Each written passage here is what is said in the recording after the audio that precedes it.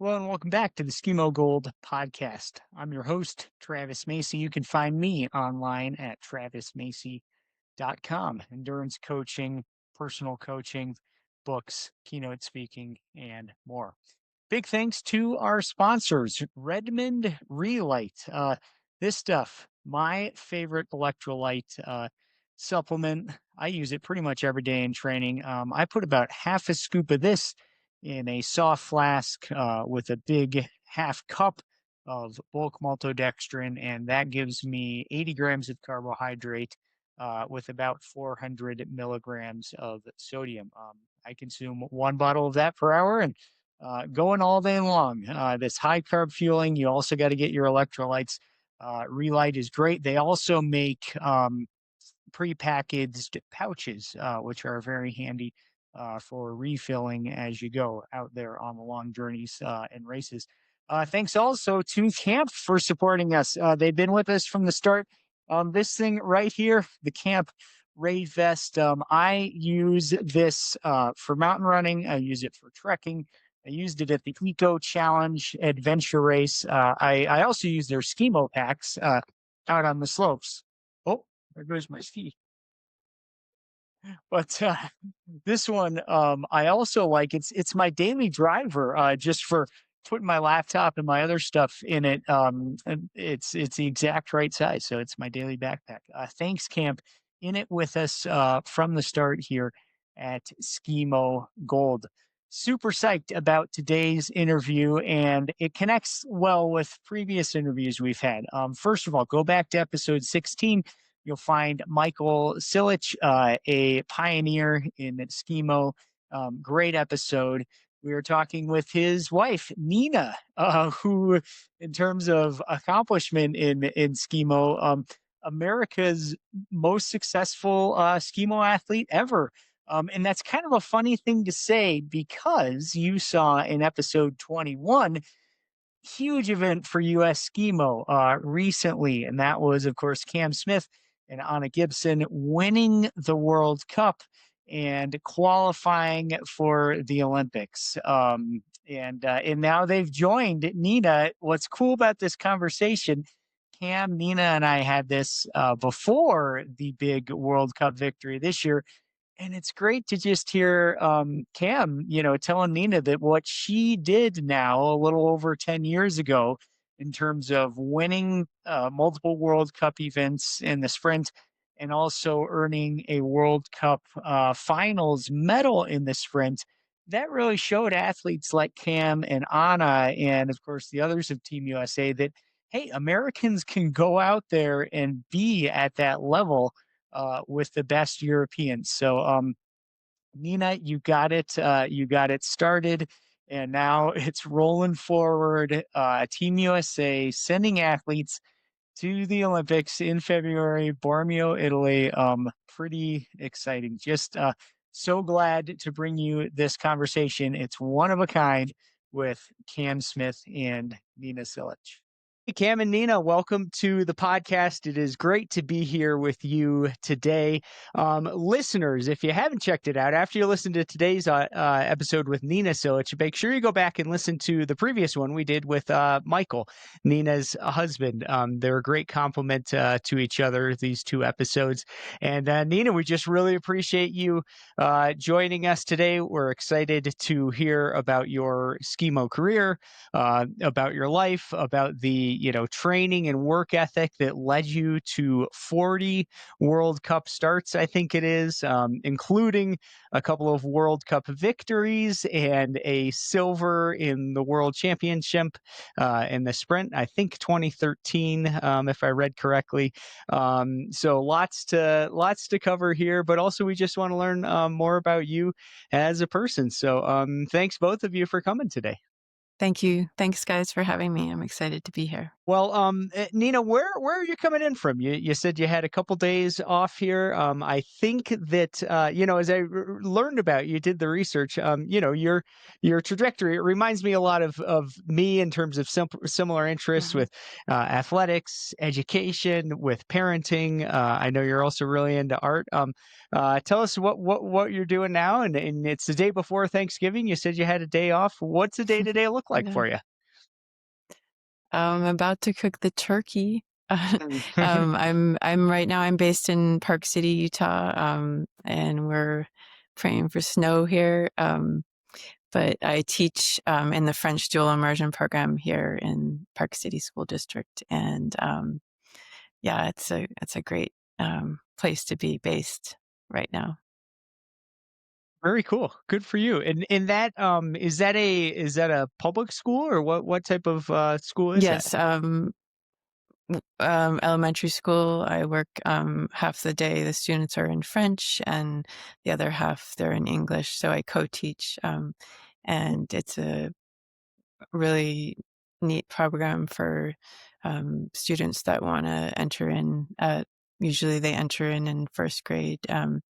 There's Utah Dual Immersion is a program that is in a number of different districts in Utah, and there's also a handful of states in the U.S. that have dual immersion, not just French, but Spanish, Chinese, Portuguese, Russian. So it's exciting. It's and it allowed me to share my passion for French, and having lived in France for a number of years, it's great. And so it's a great melange of my passion for education and teaching and France. So I love it. Good for you. Well, that's cool and fantastic that that program exists for kids and families who are interested in it. Yeah, I know you were living in Chamonix for a long time. Were you fluent in French before that, or did you learn mostly while you were there? I would say it wasn't really. I mean, I took French in high school and college, and thanks to my teachers in high school and college, it was. I wouldn't say I was fluent before I went there until I worked. I used to work at an international school in Switzerland, and I was head of their outdoor program, and a lot of things that you needed to organize. You did. I was all in French, and so I wouldn't. I would say once I lived there and was working there, that's when my French really improved. Mm, excellent. And I know you have a passion for art as well. Does that tie into your current teaching in any ways?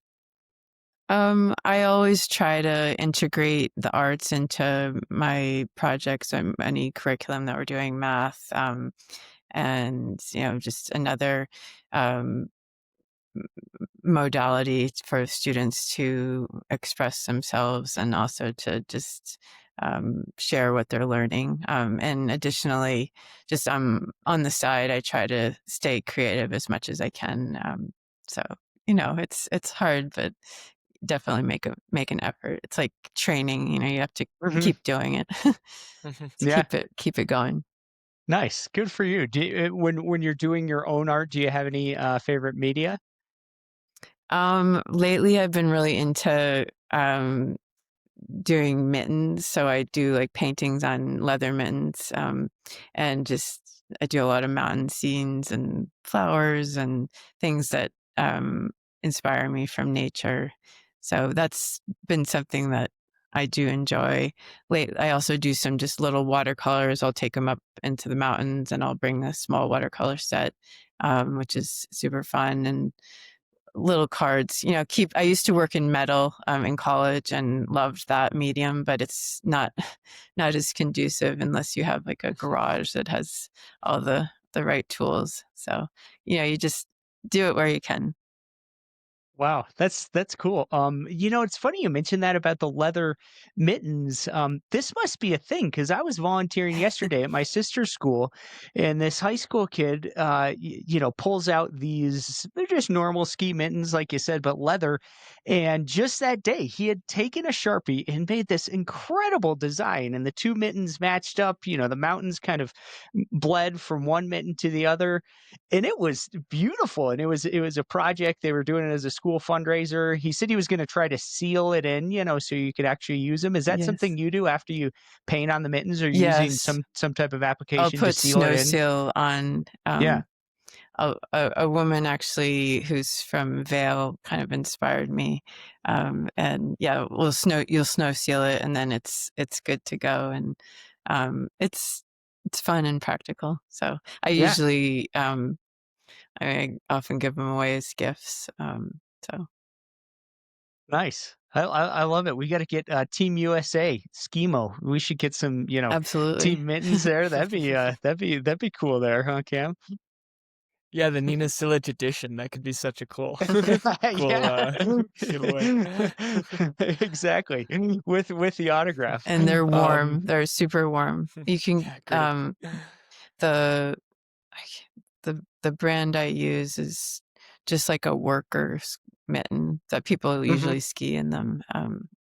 So yeah, Yeah, I've awesome. seen those. Yeah, it starts with a K. I don't know if it's that same brand. You can Kinko. buy them. Yes, exactly. Yeah, exactly. You buy Kinko. them, You can at get them the at hard. farm stores, Yeah. Yeah, hardware Murdoch's. We stores. got a Murdoch's here in Salida, and they had the Exactly. best. Murdoch's often has good Yep. specials. Yeah, yeah, and they're cheap compared to, your usual outdoor brand, like, a fifth of the price.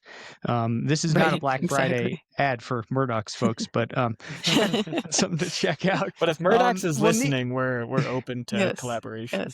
Yes. Yeah, and what about your own kids, Nina? I know you got at least a couple of them. How old are Yeah. they, and what phase of life are they in right now? Um, yes, my boys are now both in college.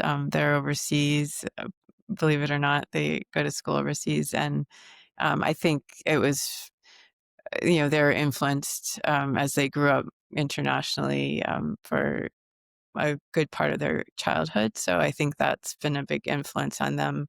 Um, and yeah, I love that they're both exploring the world and contributing in other ways. So but when I Nice. started Good for them. SKIMO, they were young. They were very young when I was racing at the World Cup. So yeah, Yeah, I interesting. started when they were my. I think I started racing right after my first son was born. So that was just when I had learned about it. So that was kind of just early. Now you see so many women moms competitively racing in whatever sport, and I love it. It's really inspiring. And you know, back then I wouldn't say there was a ton, but it was great to be part of that, breaking ground there as a mother and athlete. And um, I think there's a lot of wisdom, as an older athlete you can apply in training and just balancing life. Mm, absolutely. Yeah, that's one of my questions here is that that balance, that interplay between these various roles and parts of our identity, and I think for you, you've talked about them all: parent, athlete, artist, educator. All of these things are always there, and in the best of times, we can get them to line up with a great synergy where they feed each other. And I also know that particularly when you throw in the parent role, it can be really hard to figure out how do these things fit together, and what am I emphasizing, now or then or here or there. What do you think? How did that go for you, particularly when you were at that World Cup level? Did you often feel a synergy? Was there a tension at times? And what recommendations do you have for people who are trying to kind of make these things fit together? I think, I mean, I think it takes a village, and, having my husband, Michael, was just so supportive and encouraging. And, you know, that was a huge part of it, but also like my family and former coaches, I'd always kind of like, well, what do you think? And talk to them. Um, and for me, it was something that was just kind of I discovered that this sport kind of later in life, and it connected so many of the different things that I loved, and then it became something that I ended up excelling at, after a significant amount of commitment. But for me, having my own children were a huge like they were a motivator for me, whether it Mm, was in my races or training. And even I still have a pair of skis where I'd like put pictures of them on my ski tips, and I'd be I like love it. grinding it out and looking down, and that would be motivating for me. And then just really cherishing making the commitments to going out and training, but having that balance of um, motherhood and family time. And um, that's a huge, I mean, it was a balance as well. And I think sometimes the balance tipped, one way more than another way. But um, I'm not going to say like times that when you're in the thick of it with little kids, it's not easy. So Yeah.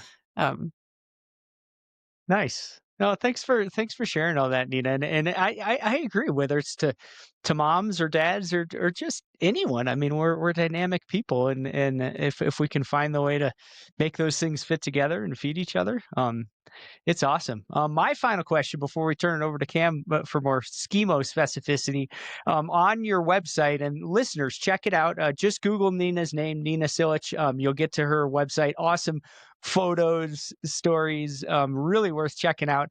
And one thing I noted that I really appreciate, we learn about your multi-sport background. It seemed to me you basically played every sport growing up, and then you say that quote, girls who compete across multiple disciplines develop the confidence, resilience, and communication skills that translate to strong leadership. And I loved reading that. My kids are 12 and 14, one boy and one girl, and they're both doing multiple sports, which I think is great. So say more about that, Nina, particularly for our girls and young women. Why is yeah. it important to stay in sports and to ideally do multiple sports? Don't try to avoid specialization if you can. Yeah, I think, I'm a huge proponent of youth doing multi sports, just because I think it's healthy. And I always think back to um, a coach I had who would always reference the Norwegian athletes, when they're growing up, and how they're multi sport athletes, at least till early teens.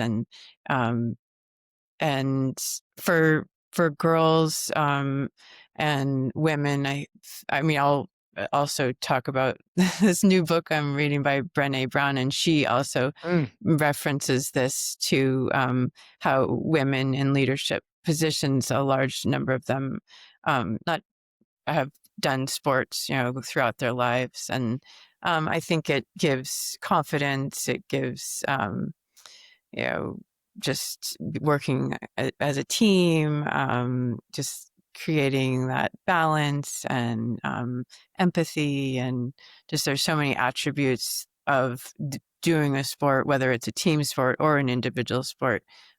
You're developing that discipline. And I would say all the sports that I've done growing up have just impacted who I am today. And so many different ways. I'm a huge, in terms of the discipline and tenacity and kind of hard work, but also failure and, defeat. So all those things are huge proponents. And, one of the things with ski mountaineering, which was a vision of mine when we came back to the US, was to help grow the sport for ski mountaineering in the United States. It doesn't have the same roots as it does have in Europe.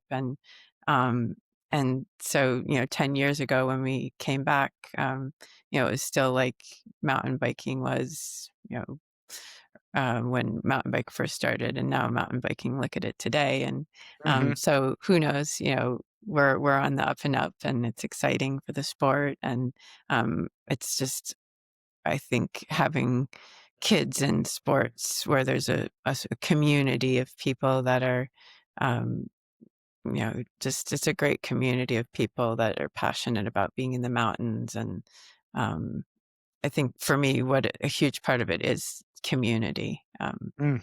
You know, medals or no medals, but that's kind of a grounding piece of the sport for me, and getting to know the different cultures from around the world. And Cam can probably, um, you know, connect with that. You know, being on the start line with different people from all over the world, and it's a pretty amazing feeling, and getting to know the different cultures. So Yeah, thanks for that, Nina. That's great.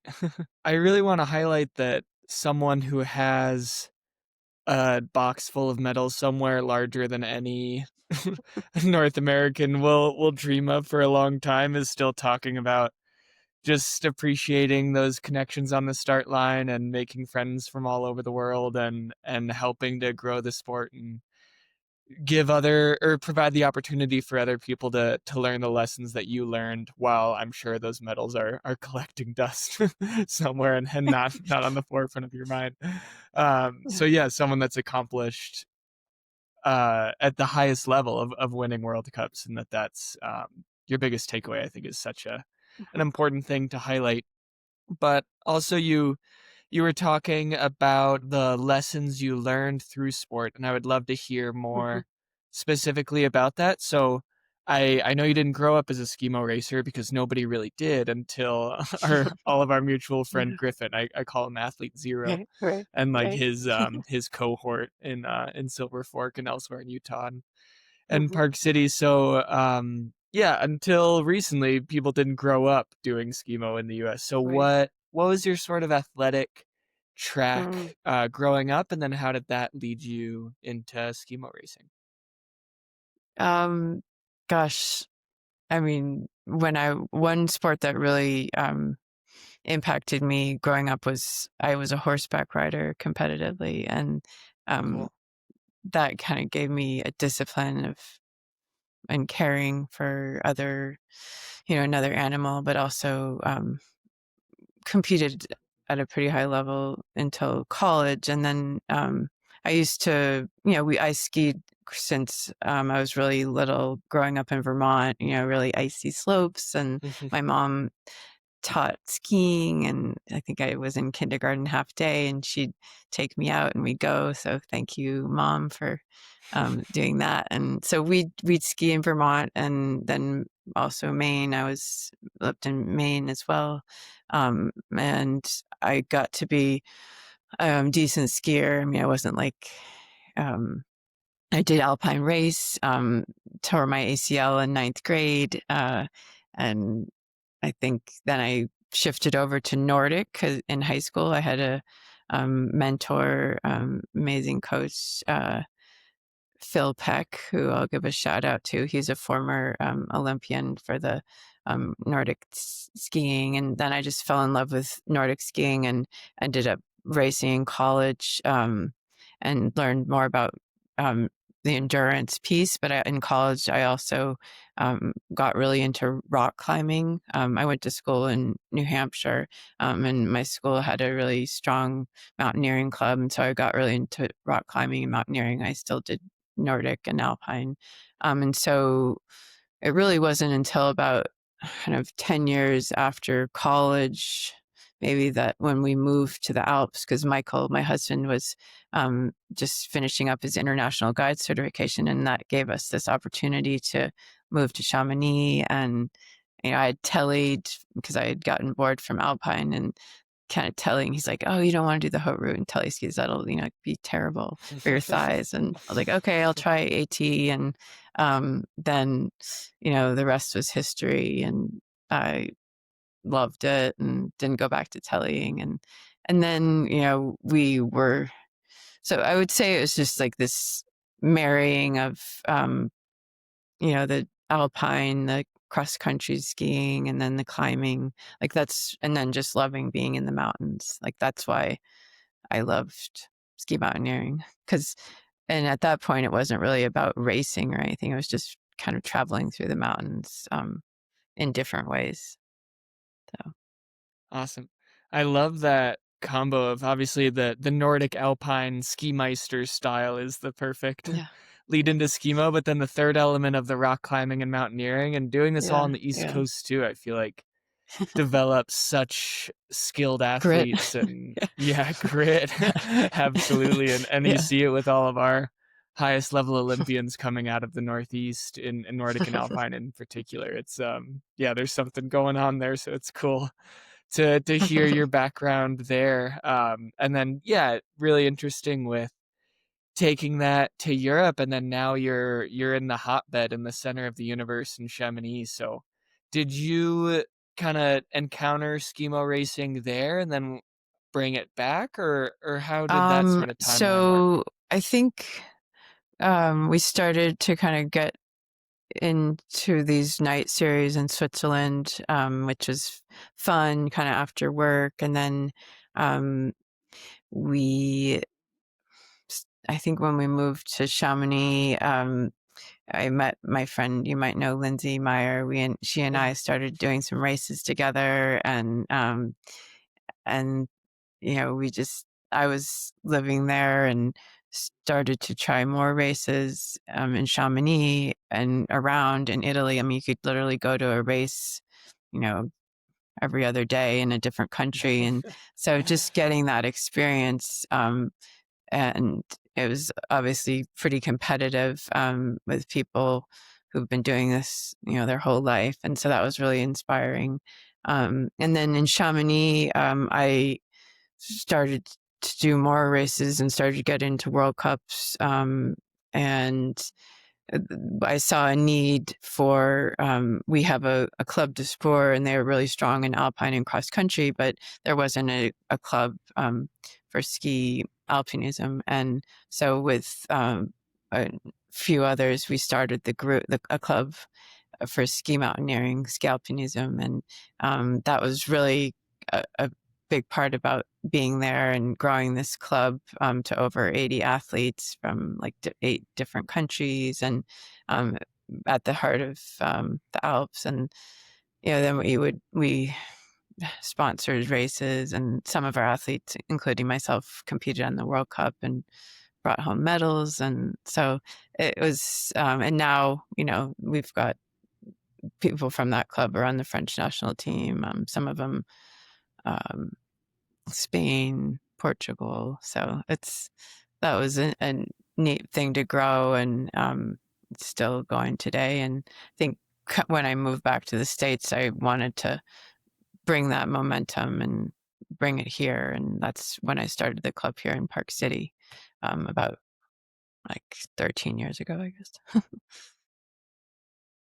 Nice. What year was Amazing, that when you cool. started the club in Chamonix, Nina? Just for perspective. Um, let's see, probably 20, 2010 or 11, I think. Yeah, 2010 probably. Hmm. Excellent. And this is the same club or the roots of what exists there currently, right? Where Yeah. like Margot Ravinel and Baptiste Delmenreich would have come Hmm. from, and what's Yeah, alive and well Baptiste was today. one Yeah. of my athletes when we were. He was Super like cool. 14 when we started. Oh, awesome. Yeah. Yeah, for perspective, for anyone that doesn't know Baptiste, he's on the verge of qualifying for the Olympics with the French team. It's really hard to go to the Olympics as a French person because you can only have two per Mhm. country per gender. But he's yeah, he's one of the best in the sprint and Yeah. relay, and yeah, great athlete. And Nina, so um, talk to me a little bit. I'm really curious about where the gear was moving at Hmm. this Hmm. time. So everyone's probably skiing in Scarpa F1s and orange Hmm. ski trap skis around this time. But can you offer some perspective, like because you couldn't wander into a ski shop in the Northeast in 2009 and buy some skimo gear, right? Like, were you Hmm. buying your gear there and bringing it back and telling people that there's this amazing lightweight technology, or like how like where was the Mm. gear moving at this time? Um, I mean, I worked very closely with Plume as an athlete, so they sponsored me as well as Ski Trab, and then also worked with Pierre Genoux. So those three were like and just at the cusp of equipment for the time. And I was really fortunate to work with those um, companies, and for bindings, they were already pretty light, and boots as well. And um, yeah, so um, I mean, as I got more into the sprint, I was adapting things a lot, adapting packs, and just making suits and ways that I could be faster at transitions. And so that was a part of it. We had some rules that kind of changed, like before poles on the ground, were that was a transition rule. Like, just different things are coming to be in the ISMF. And so those are things that you always had to pay attention to as an athlete, and practice if it were different. So Yeah. What were some of those modifications you recall making with your gear? I did a pack modifications just to be able to get my skis on my pack quicker. Um, and for me, it was really helpful to like have marks for my bindings when I put my boots in. I had, for my poles, I'd have my pole straps. I'd stiffen them up so I could get my hands in my poles quicker. My suit, I adapted it to the zippers, and just things like more easy to pull and things like that. But always thinking about ways that I could make my transitions, fast. Yeah, awesome. It's funny, it's a lot of the same things that people are doing Hmm. the Yeah. week before their race today of putting tape on their pull straps, and Hmm. Hmm. we have it a lot easier with kangaroo pouches as of these last couple Yeah, years I instead know. of I I haven't know. touched a zipper in a race in a year probably. Yeah. Yeah. So, It's but yeah, and like Yeah, that's the great. packs now come stock with like big bungee loops with Hmm. kind of like Hmm. a plastic PVC-ish, like a flexible thing wrapped around it so that your Yeah. ski just slides right in and it's, Yeah. yeah, Yeah. perfectly Lots of shaped and things. all that. But it's That's all the good. same concept, so it's interesting, Hmm. yeah, to hear, and we're still kinda practicing, making sure we get our toes in just right, and now, Hmm. like, those Hmm. grooves are a little bit more clever and kinda line you up and make Hmm. it all a little bit easier, but it's just funny how some Yeah. of those trends stay the same. Sure. Absolutely. And Nina, when you were, racing in Europe and then coming back to the US and presumably doing some events here and qualifying for world's teams and sorta being a part of that, movement of growing the sport in the US at the adult level too, and, like, as we're Hmm. getting, more and more people traveling to world championships and a handful of World Cups and things like that, Hmm. what was the information sharing like? So, were you going on skintrack.com and finding out what the news and events were Do and you mean like yeah. back when I was living in Europe, or because when I came Um, back to the US, I didn't race World Cup. I just raced when I was living in Europe. okay, sure, yeah. So, what was, like, how did the US team communicate? Like, how did those teams kinda come together and know which events to do, and were you telling people, like, Mm. "Oh, when you come to Europe, like, make sure you tack on Pyramenta to your World Champs trip." Like, what was the sorta Mhm. information sharing like between you and the people Mhm. that were staying back in the US? Sure. I mean, I always wanted to be available to answer any questions or help support athletes that were coming over to race. I do, as you probably can attest, like the more you can be in Europe, training and racing, like Nordic athletes too, it's like that's where this you're you're gonna get stronger and faster when you're competing against those athletes. And but I think the more we would have more people doing the Paramenta, the PDG, some of the bigger races, and then yes, Dan and Skin Track. I mean, that he did a great job of communicating information, and we would have at World Championships, groups would come together, and they would sometimes come over for World Championships. But I would say, maybe living in Europe, it was harder for me to connect with some of those athletes that were living in the US. But when we all did, it was always a fun time to see Yeah, everyone and agreed. connect. Were people traveling over to do World Cups at that time, or was it mostly just for World Championships? I would say mostly World Championships. Yeah. Yep. Mhm. Um, there might sometimes come over for World Cup here if it kind of lined up, or Pyramenta for sure. Like there'd sometimes be teams from Pyramenta or PDG. We did have an American PDG team one year with, Mona, right? Of She, course, yeah. yeah. So we had that team, and um, that was the early days. Yeah, Yeah. cool. Did you have any favorite grand course races that you did?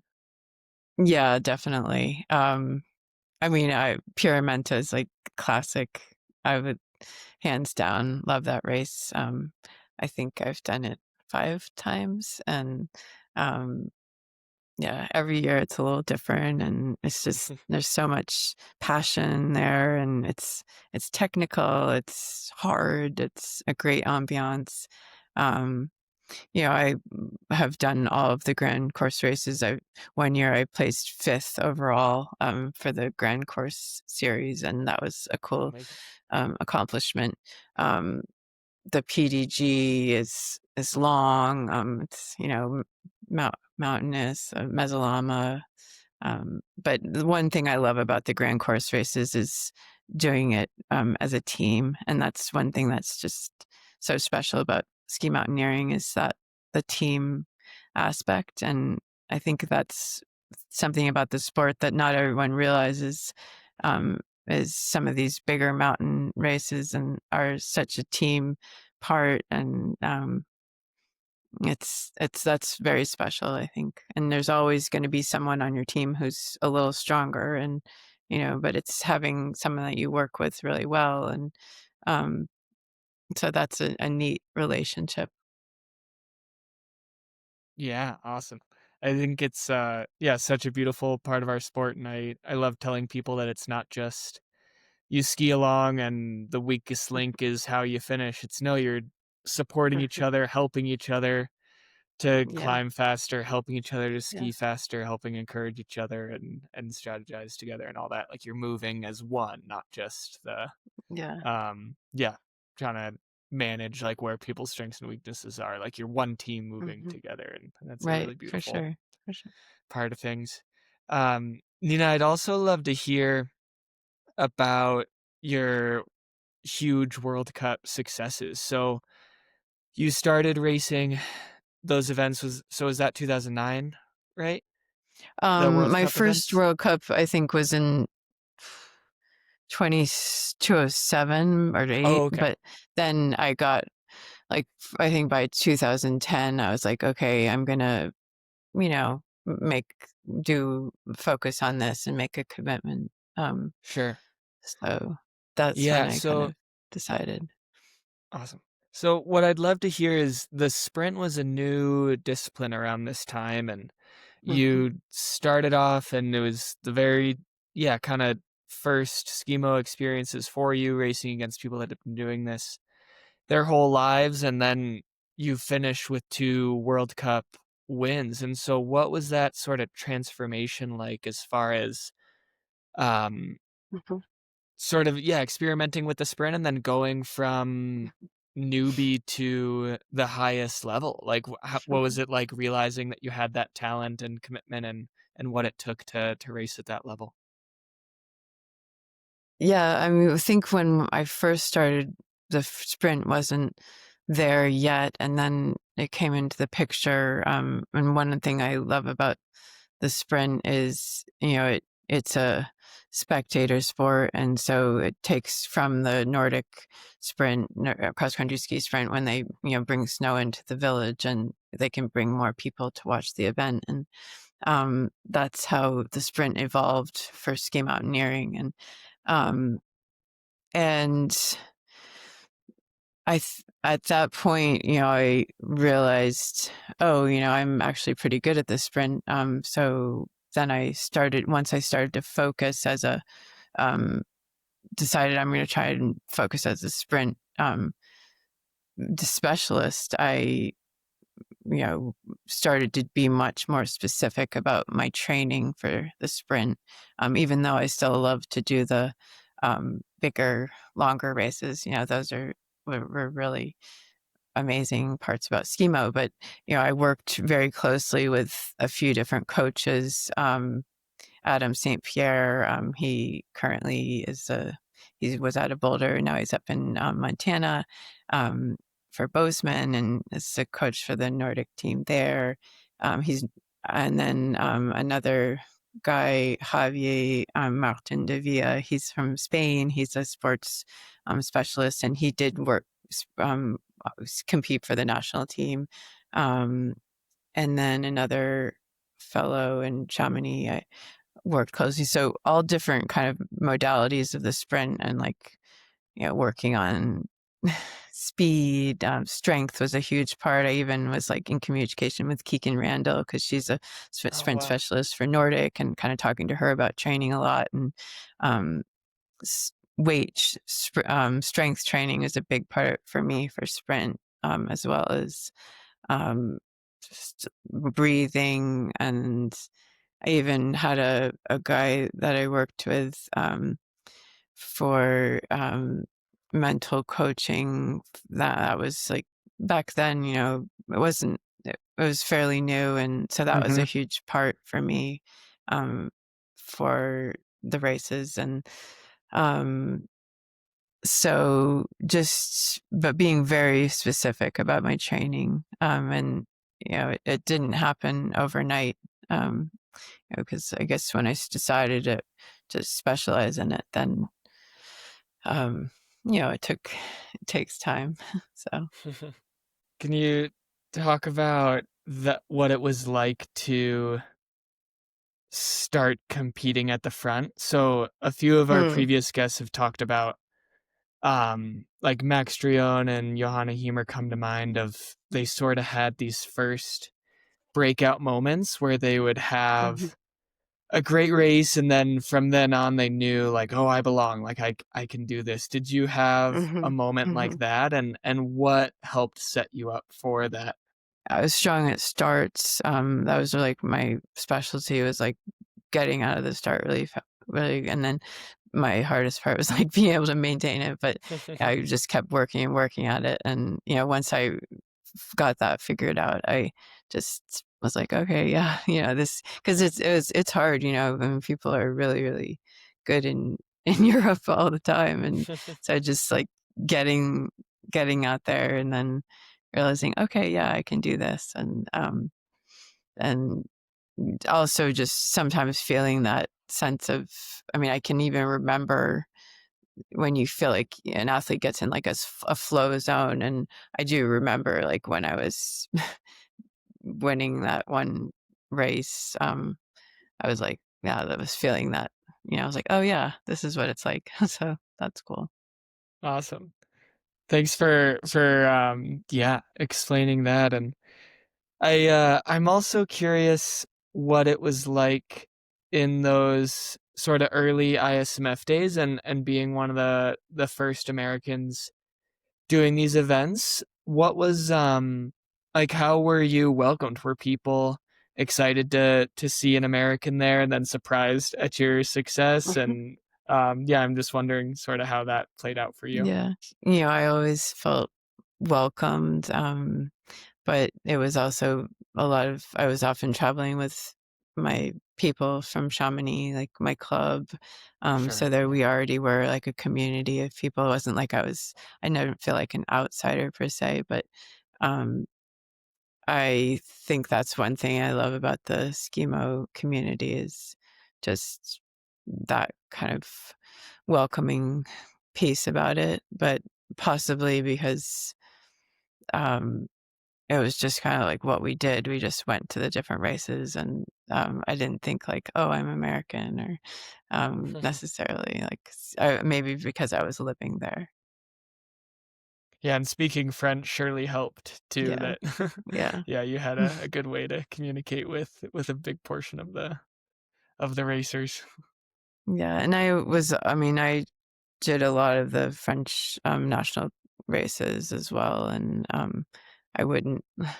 I mean, I even think I won some French national titles, but like probably not officially because I'm American. Right. So Right.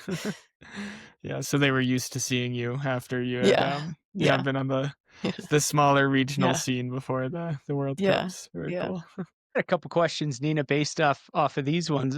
First one, that mental performance side, I think you're right. In the late 2000s, early 2010s, this wasn't really on the radar. I don't think, even at the highest levels of sport. It's becoming much more normalized now. But you were on the cutting edge in many ways. I love how you said, okay, you decide you're going to focus on sprint, and you hire this coach, you hire that coach. You're talking with the Nordic skiers like, Mhm. you were crushing the details. And as you said, it took a while and it worked.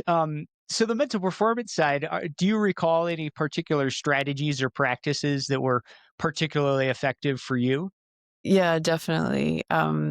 My, just a lot of visualization, but also just kind of you have that stool, the three-legged stool analogy, and for ski mountaineering, you have like the technical aspect of equipment, and then you have your physical fitness, and then you have like the mental part, and you know all of those things are kind of needing to vie for position for a race. And you might have equipment failure, but or you might not, or your legs might be really tired that one day, or you might not, or you're mentally you might not be right there. So there's always those things. And just I did a lot of work in that area, and I um, I definitely appreciated that support, because that was as much a part of it for me as the physical training as well. Um, Excellent. and it was to Thank the you. point where I was like, oh, I think I want to go into this. This is really cool. Like, I want to go to school for this because I loved Yeah. it so much. So, Oh, nice. Yeah, Super. I've thought about that myself for sure. Take us back to yeah. 2013, when you won the silver at the World Championships. Where were you? And if you can remember that morning, what's going through your head? Are you visualizing? Are you calming your energy? Are you upping your energy? Did you have a specific routine? What worked for you on that morning? I mean, I definitely like would do a lot of visualizing. I worked a lot on things like would anchor me. Like, so anytime I put Mm. like I chose one motion that would get me ready. And for me, it was like putting my hands in my pull straps, and that always works. And then I also had a mantra that I would just um, say, but a lot of like visualizing how I'd go through the course, um, how I'd be feeling, those sensations. And that particular one is a tough one, to the World Championships, because I think I would have. I was in the front, but my skin was hanging out, and so I didn't.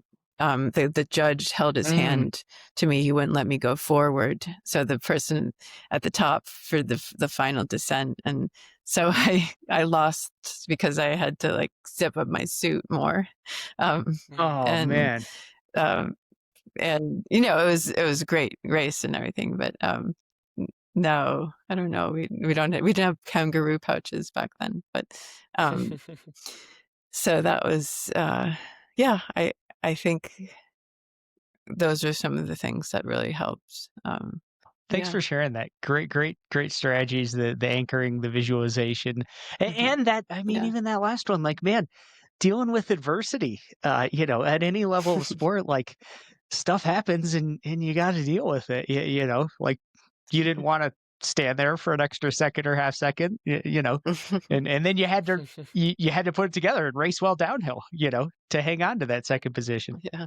Yeah. Um, Switching gears just a little bit, what about running? Just briefly, I saw especially those Uh-huh. summers over there in Europe, you were doing, I think the CCC, which is one of the UTMB events, Mhm. Lavaredo, maybe some others. Yeah. Any particular Mhm. memories or highlights, on the European trail running circuit? Yeah, I mean, I love running and, I used to help, I mean, the whole Tour de Mont Blanc circuit is just so beautiful um, and then there's always, like, little other obscure races that you can go find that bring you to beautiful places, and I just think it's a great way to travel to see another country. Like, if I travel, I always try to, like, go running or skiing or, just a way to see it. I was, fortunate to work with Hoka and run with their team. Ludo Pomeray and I went to Hmm. Japan together. I was invited to go, and we did a race there.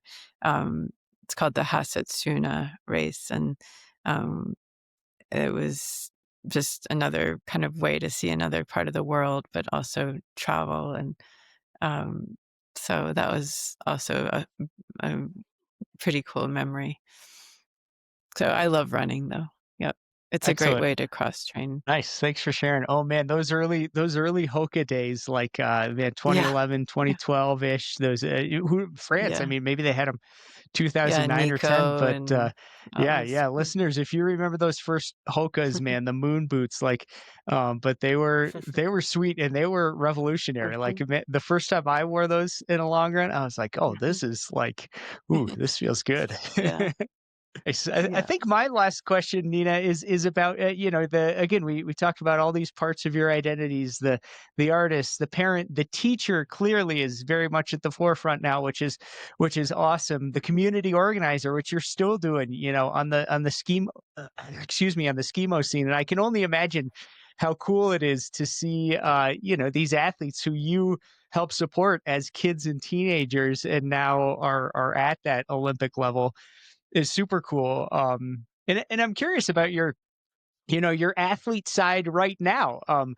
Some super elite athletes, it's like, okay, I'm done. I've had enough and I'm ready to, maybe I'm still an athlete, but I'm not competing. Other athletes, I remember my interview with, I've talked with Dave Weens a couple times, a mountain biking Mhm. legend, especially from Right. the Leadville Yeah. 100. And yeah, Cam, you know Dave well. And Dave told me, he's like, I've never shaken this. I just love racing, and he's still like, Mhm, maybe he's not winning Leadville, but he's still like really damn mhm. good. And he goes out and he races. So, where are you, Nina, on that continuum, or Yeah. does it change back and Yeah. forth? I mean, I don't think there's a right or wrong answer, but it's an interesting Mhm. question for all of us, as we move to new phases of life. Yeah, for sure. I mean, sport will always be a part of my life, and, I don't necessarily feel the need to, like, be trying out for, you know, World Cups or anything, but, I do love, I do like competing and, I'll go jump in a trail race or I might I was born in Boston, so I have this kind of bucket list goal of doing the Boston Marathon someday, so that's on my Nice. bucket list. Um, but I'll always I mean, I just love traveling through the mountains, and it doesn't necessarily have to be, um a race. Like these days, I'm more just interested in kind of moving through the mountains, either on foot or on skis or on a bike. So I do love that. And if a race fits in, great. So I like goals too. So that Mhm. definitely keeps me motivated and fun, and it's fun to do it with others. So yeah, that's that's kind of where I'm at for those. Excellent. I love it. Thanks for sharing that. That's something that whereas for me in the past, the teammate, it's like, oh, who's right at your level? How can we be the best, together?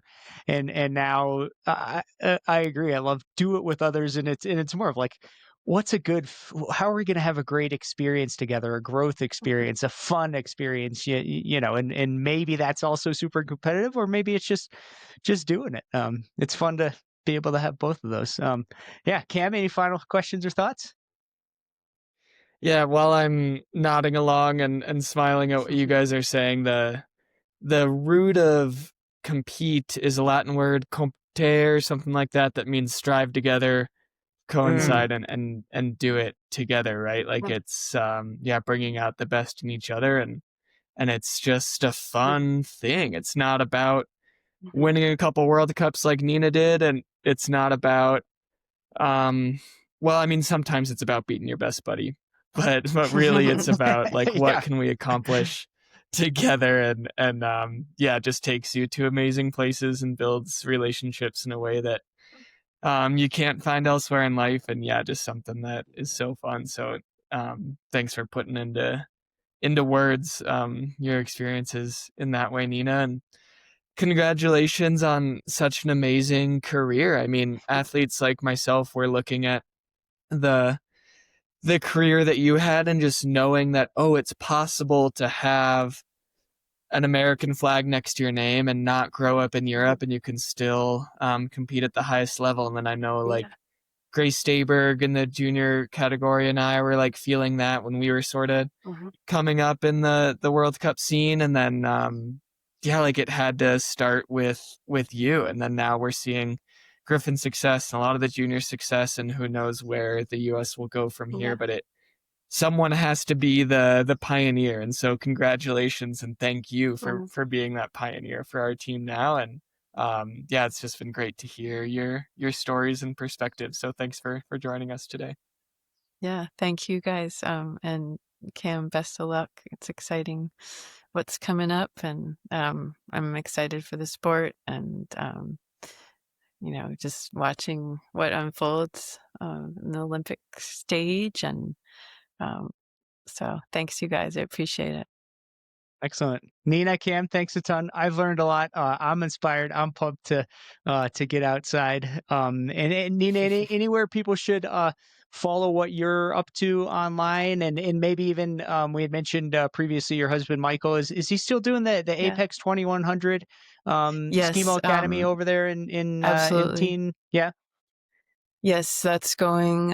It's a great place to base out of, especially just for youth. If you're competing over there in Europe, they have a really great setup, and so that's something Michael's involved in. And can I give a shout out to Totally. Of Yeah, something? course. absolutely. My Parady Pro, which is my they make women's underwear, and what I'm most excited about is it's Marie Parady was the first woman to climb Mont Blanc, and Mm, so they've just come out with a movie recently, which mm. I'm excited to see.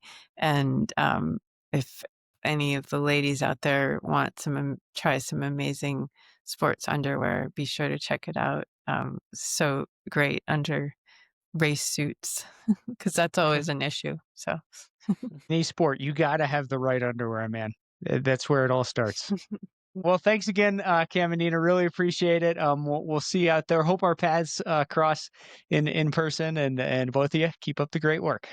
Hey, folks, thanks as always for listening to the SKIMO Gold podcast. I hope that you enjoyed hearing from Cam and Nina as much as I did. Wow, just great to hear about her career, her life. I love learning about her passion for teaching, for parenting, for art, and how that ties into SKIMO.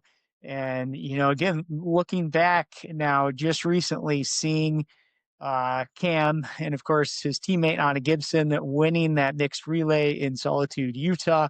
Um, Boy, I don't know if Nina was there in person. I know she lives in Utah, but man, she saw it, and like, boy, she was part of that team and part of the building blocks to make that happen. So Nina, way to go. Way to get things going for Team USA and those other athletes of Nina's generation.